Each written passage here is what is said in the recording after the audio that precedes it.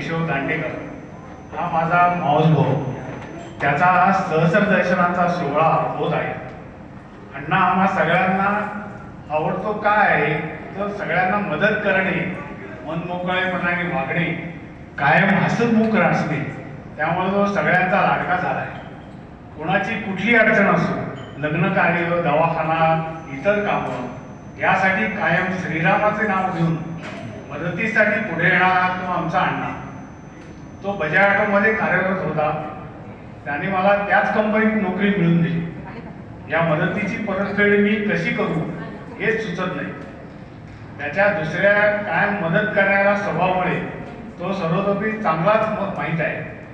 हे सर्व कार्य करताना त्याची पत्नी म्हणजेच माझी वहिनी सौ विद्या दांडेकर हिचाही पाठिंबा तेवढाच मोठा आहे.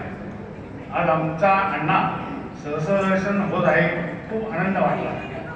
अशीच त्याने 100 गाठावी व पुन्हा असाच आनंद सोहळा करण्याचा लाभ आम्हाला मिळावा ही ईश्वरचरणी प्रार्थना. पुढील आयुष्य आरोग्यसंपन्न व सुखकारचा जीवित शतशतम. राजेंद्र रेलदार.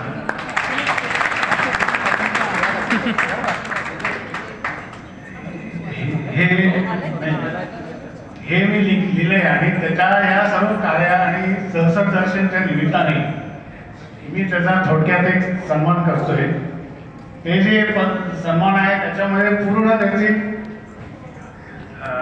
सहस्र दर्शनाची माहिती आणि त्याचं कार्य याचा पूर्ण उल्लेख आहे. हे पूर्ण इथनं वाचून आपलं नाही. हे मी लिहिलेले स्वतः लिहिलेले आहे आणि ते सगळं पूर्ण त्यामध्ये आहे. एक मिनिट.